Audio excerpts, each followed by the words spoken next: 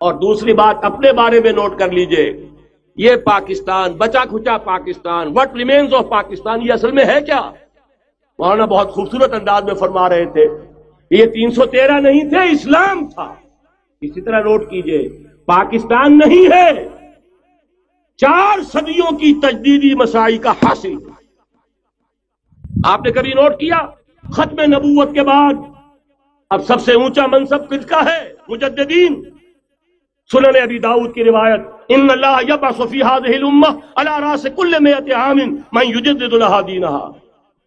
اور نوٹ کیجئے، کوئی بات ہے 1000 برس تک سارے مجدد عالم عرب میں پیدا ہوئے، جیسے ہی دوسرا 1000 سال شروع ہوا، الف ثانی کا مجدد اعظم شیخ احمد سرہندی کہاں تھا؟ صنم خانہ ہند میں حاضر ہوا۔ میں شیخ مجدد کی لحد پر، وہ خاک کے ہے زیر فلک مطلع انوار، گردن نہ جھکی جس کی جہانگیر کے آگے، جس کے نفس گرم سے ہے گرمی آرات۔ وہ پھر 12ویں صدی کا مجدد اعظم امام الہند شاہ ولی اللہ دہلوی، 13ویں صدی کا مجدد اعظم سید احمد بریلوی، اس کے خون کا امین اور اس کے ساتھ کے شہداء کے خون کا امین، ان کے جسموں کا امین آپ کا خطہ ہزارہ، آپ کا خطہ سوات، اس میں ان کی جانیں ہیں جو دی گئی ہیں۔ اور وہ نہایت میں آپ سے عرض کر دوں، دور صحابہ کے بعد اتنا خالص اسلامی جہاد پوری مسلمان تاریخ میں نہیں ملے گا جتنا وہ تحریک شہیدین کا۔ 14ویں صدی ہجری میں شیخ الہند جیسا مجاہد اعظم کہ انگریز نے گرفتار کر کے قید بھی کیا ہے، تو کہاں؟ ہندوستان میں نہیں، کہاں؟ جزیرہ مالٹا بحر روم میں۔ اقبال کے نفس سے ہے لالے کی آگ تیز، ایسے غزل سرا کو چمن سے نکال دو۔ کہیں ہندوستان کی کسی جیل میں ہوا تو شاید اس کے نفس کی گرمی ہی سے کوئی حرارت پیدا ہو جائے۔ اور اسی صدی میں 14ویں صدی ہجری میں اقبال جیسا مفکر، اسی 14ویں صدی ہجری میں مودودی جیسا مصنف، اسی 14ویں صدی ہجری میں مولانا الیاس جیسا مبلغ رحمہم اللہ، عظیم شخصیتیں آج پورے عالم اسلام میں آپ کو تبلیغی دوست ملیں گے۔ یہ کہاں سے شروع ہوئی تحریک؟ دہلی کی ایک چھوٹی سی مسجد سے، وہ مسجد بنگلے والی، اب تو بڑی عالیشان ہو گئی ہے، جب وہاں شروع ہوا تھا کام بڑی چھوٹی سی مسجد۔ یہ سارے کام یہاں کیوں ہوئے؟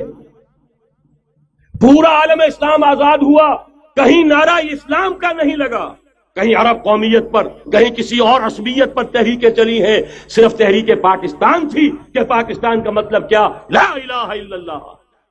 کوئی سبب ہے کہ یہاں قرارداد مقاصد پاس ہوئی، حاکمیت اللہ کی ہے، کہ اکبر نام لیتا ہے خدا کا اس زمانے میں۔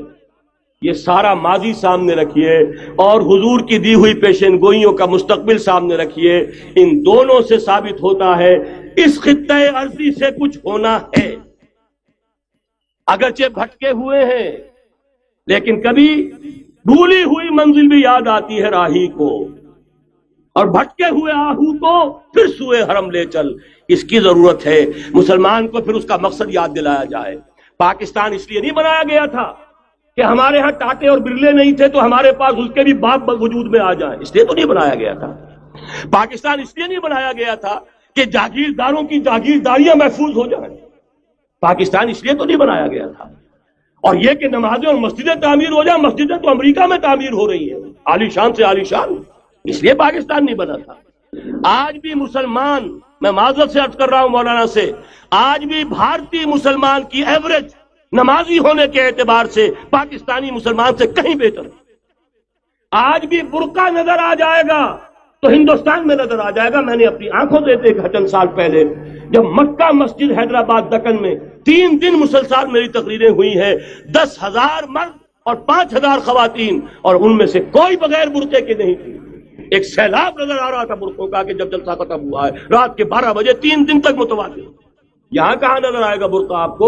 یہاں تو جس کے پاس 2 پیسے ہو گئے اس نے سب سے پہلے برقع اتار کے پھینک دیا۔ معلوم اچھی طرح سمجھ لیجئے، یہ چیزیں تو وہاں زیادہ ہیں یہاں کی نسبت۔ اصل ضرورت تھی کہ یہاں اس نظام کو قائم کیا جائے، وہ نظام عدل اجتماعی، وہ جس میں حریت ہو، جس میں عام آدمی بھی خلیفہ وقت کو ٹوک سکے۔ یہ کرتا کیسے بن گیا؟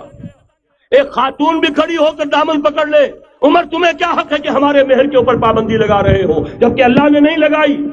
اللہ قرآن میں قنطارہ کا لفظ استعمال کر رہا ہے. ڈھیروں سونا دے دے کوئی شخص اپنی بیوی کو مہر کے اندر، طلاق دیتے وقت اس میں سے کچھ نہیں لے سکتا. آپ کون ہوتے ہیں ہمارے حق کے اوپر پابندی لگانے والے؟ اور عمر نے کہا آج ایک بڑھیا نے وہ اب عمر کو دین سکھایا، آرڈیننس واپس. حضرت سعد بن ابی وقاص رضی اللہ تعالی عنہ جو فاتح ایران تھے، وہ گورنر ایسے ہی نہیں بن گئے تھے ریوڑیاں بٹی ہو اور گورنر ہی مل گئی ہو. وہ تو خود فاتح تھے ایران کے، اس لیے گورنر تھے. صرف ایک پرچہ پہنچا ہے بارگاہ خلافت میں، حضرت عمر فاروق کے پاس انفارمیشن آئی سعد نے اپنے گھر کے باہر ڈیوڑی بنا لی ہے اور ایک دربان کھڑا کر دیا. حضرت بلال کو بھیجا ہے رقعہ دے کر، اور یہ حکم تھا کہ بلال پہلے تو جاتے ہی ڈیوڑی میں آگ لگا دینا، پھر یہ رقعہ دینا میرا. اور رقعے میں لکھا ہوا تھا اے سعد، لوگوں کو ان کی ماں نے آزاد جانا تھا، تم نے انہیں اپنا غلام کب سے بنا لیا ہے؟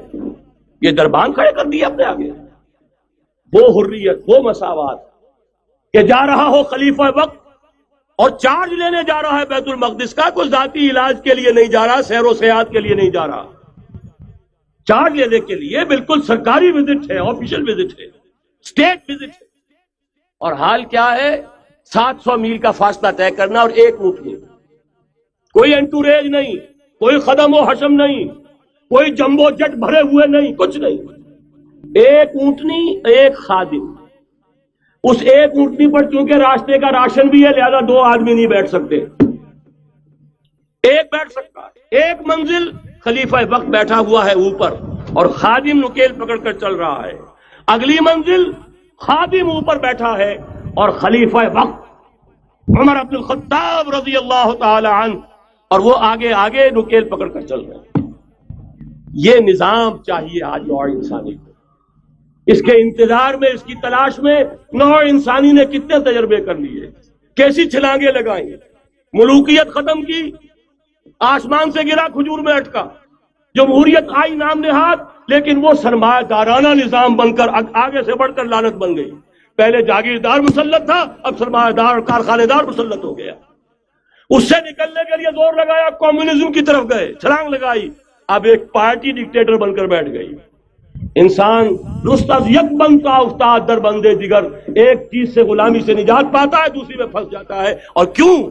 کہ وہ نظام عدل اجتماعی جو محمد عربی کو دے کر بھیجا گیا تھا، اس کے کسٹوڈین سوئے ہوئے، اس کے کسٹوڈینز کو اندازہ ہی نہیں. یہ نسخہ تو ہمارے پاس تھا، ہمیں عمل کرنا تھا اور دنیا کے سامنے پیش کرنا تھا. پاکستان بنایا اس لیے گیا تھا کہ ہم اس کا ایک نمونہ دنیا کے سامنے پیش کریں گے. قائد اعظم نے فرمایا تھا کہ ہم یہ چاہتے ہیں کہ پاکستان کی صورت میں عہد حاضر میں اسلام کے اصول حریت و اخوت و مساوات کا ایک نمونہ قائم کر کے دکھائیں. کہاں ہے وہ؟ بھٹک گئے، سو گئے. یا قرآن جھوٹا ہے یا ہم میں ایمان نہیں. قرآن کہتا ہے انتم الاعلون ان کنتم مومنین، اگر تم مومن ہوگے تم ہی سربلند رہو گے. سلسلہ چشتیہ میں بیعت ہو گئی، سلسلہ سہروردیہ میں ہو گئی، سلسلہ نقشبندیہ میں ہو گئی، سلسلہ قادریہ میں ہو گئی. اب آؤ بھائی سلسلہ محمدیہ میں بیعت کرو، اور سلسلہ محمدیہ جہاد کی بیعت ہے.